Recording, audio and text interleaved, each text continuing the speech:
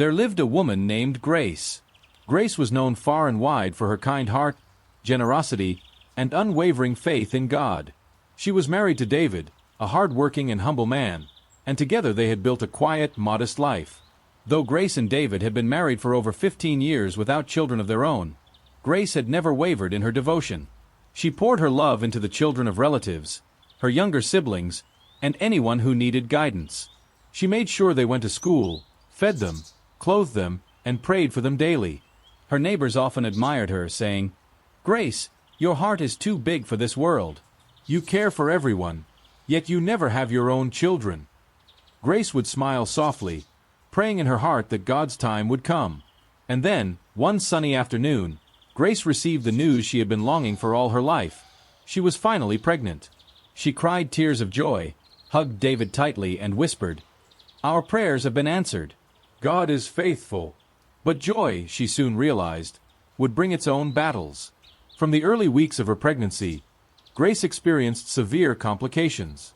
She was put on strict bed rest, unable to do even the smallest chores. The doctors warned her repeatedly that the pregnancy was high risk, that a miscarriage could happen at any time. Yet, Grace remained steadfast. Every morning she would pray, "Lord, protect this life. Let my child live, and let me live to raise this child in your ways." Her family rallied around her, bringing food, water, and support. David never left her side, though he was constantly worried. The days stretched into weeks, and weeks into months. Grace's body was weary, but her spirit remained strong. She recited prayers, read scriptures, and whispered words of encouragement to her unborn child. Finally, after 9 long months, the time came. Labor began unexpectedly late at night. The midwives rushed Grace to the hospital as the storm outside rattled the windows and heavy rain poured down the streets. The room was tense, filled with doctors, nurses, and David, who held Grace's hand with trembling fingers. After hours of excruciating labor, the doctors recommended a cesarean section. Grace nodded weakly, trusting their expertise. The room was bright with surgical lights, sterile, cold, yet filled with hope. The procedure began, and soon, a baby's cry pierced the air, a sound that brought tears to everyone present. A beautiful, healthy baby girl was born. David's eyes filled with tears as he whispered, "Welcome to the world, my child." But then, tragedy struck. Grace began bleeding uncontrollably. The doctors tried everything, the medicines, the transfusions, the clamps, but nothing worked. Her strength ebbed away, her eyes fluttered, and before anyone could react, she passed out. Panic filled the room. "Call an ambulance," shouted the lead doctor. Nurses screamed and rushed about, while David's hands shook as he tried to comfort himself and the baby. And then, something extraordinary happened. Grace, in the stillness of unconsciousness, felt herself moving not in the hospital, but elsewhere. She was walking through gates, one after another. She had passed the first gate, then the second. At the third gate, a familiar figure stood waiting. It was Pastor Samuel, the man who had guided her in prayer for many years. His face was calm, kind, and full of authority. He looked at her and asked, "Grace, what are you doing here?" I don't know," she whispered. The pastor shook his head gently. "Go back. You've done so much for others. You've taken care of children who weren't yours, trained your siblings, and guided them in faith. Who will care for your child if you stay here? You must go back." Grace's heart ached, but she understood. Slowly, she turned around, back toward the path she had come. Back in the hospital, the doctors had declared her dead. Her body lay covered on the operating table, silent and still. David knelt at her side, unable to comprehend the horror. The nurses were stunned, and whispers filled the room. But then, a small miracle occurred. One of the doctors, Dr. Henry, had forgotten his phone in the operating room. He returned to retrieve it, and that's when he saw a hand moving beneath the white sheet. "She's moving!" he shouted. The room erupted in chaos as everyone rushed back to the table. Grace's eyes fluttered open. A nurse quickly checked her vitals. "We need to do a blood transfusion immediately," she said. The team worked frantically, and slowly, Grace's life returned to her. Color returned to her face, and her strength grew. She was alive. She had returned, miraculously, to protect her child. David held her hand, tears streaming down his face. "Grace, my love, thank God," he whispered.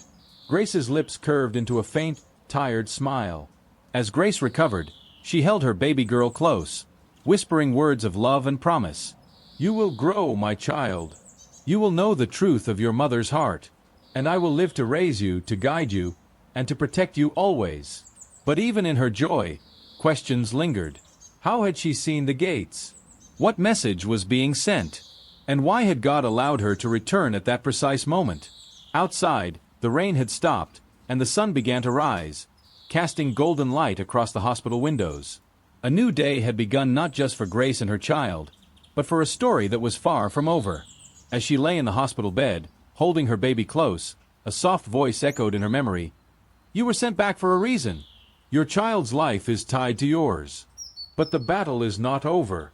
Grace looked down at her baby, determination filling her eyes.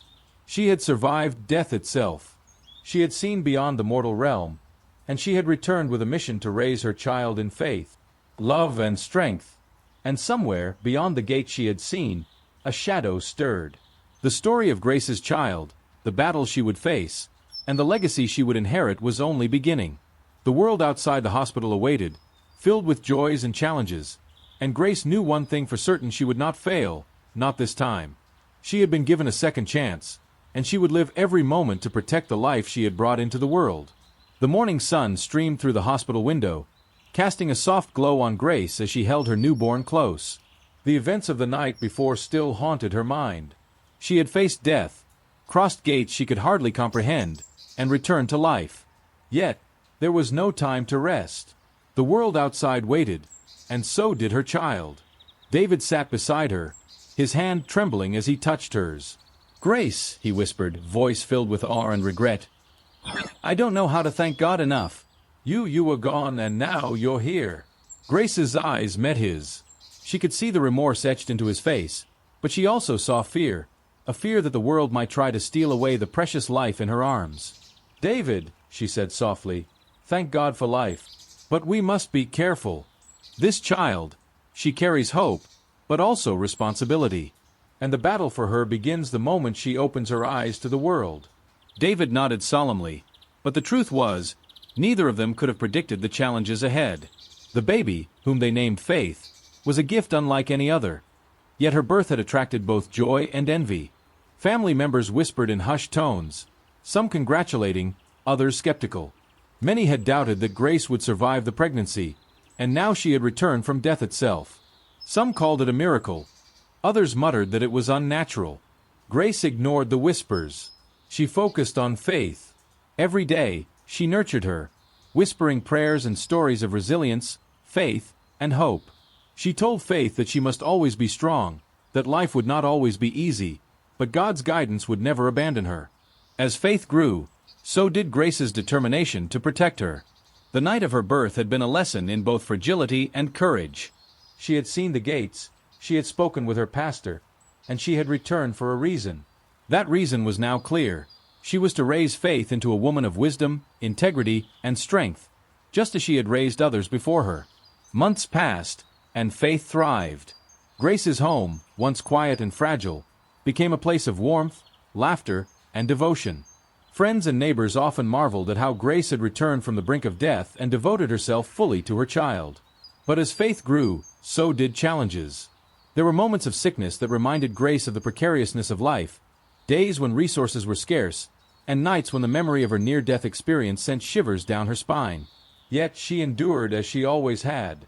One evening, as Grace tucked Faith into bed, she reflected on the lessons she had learned.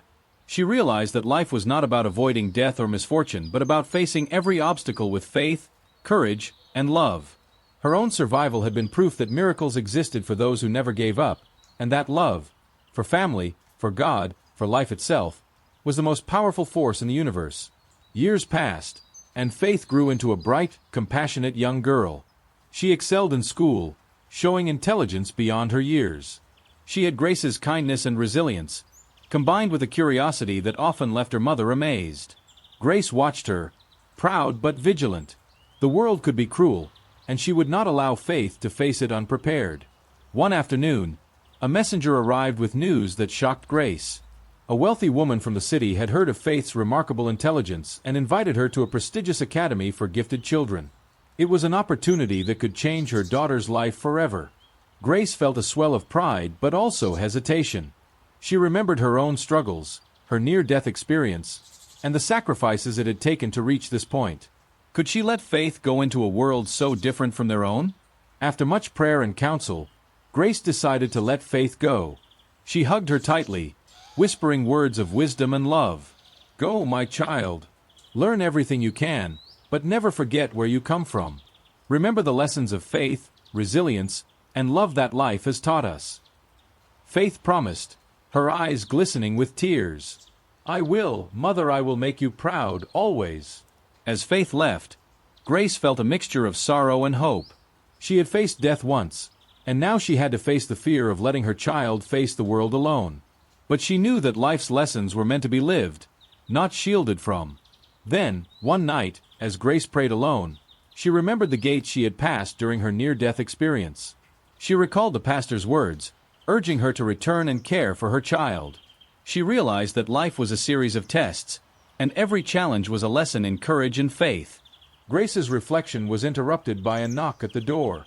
It was David, her husband, looking older and wiser, but still carrying the weight of regret in his eyes.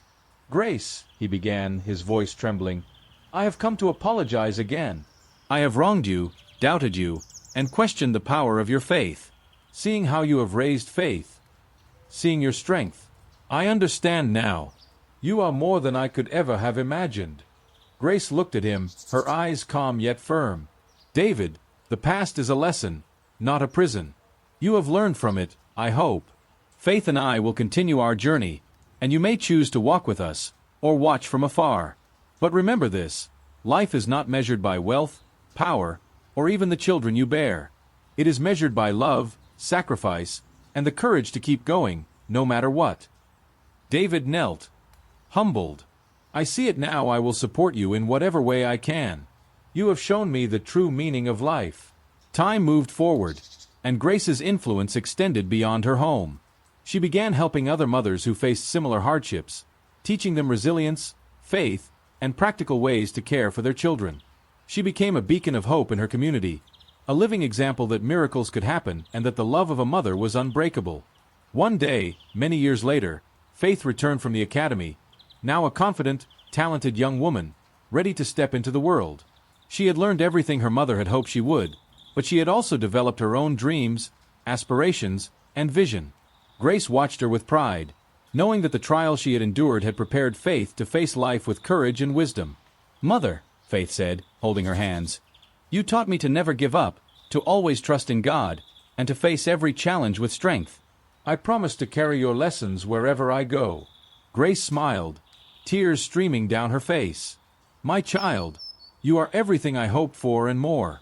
Remember, life will test you, but your faith, courage, and love will always guide you. Never forget your roots, and never forget the power of a heart that refuses to give up." And so, in the quiet village where Grace had first struggled, and in the city where Faith had grown, the story of their lives became legend. People whispered of the woman who had returned from death to raise her child, of the child who became a symbol of hope, and of the lesson that rang true for everyone. Life is not about avoiding hardship or death. It is about facing challenges with faith, perseverance, and love. True strength is measured not by survival alone, but by the courage to rise again and nurture others along the way. And as the sun set over the village and the city alike, casting golden light over the streets, the lesson remained clear. Miracles happen to those who never give up. Love endures beyond death, and every struggle carries the seed of triumph, if one dares to rise again. Don't forget to like, share, and subscribe for more thrilling tales. Drop your thoughts in the comments below. We love hearing from you. And stay tuned for the next chapter of our incredible story.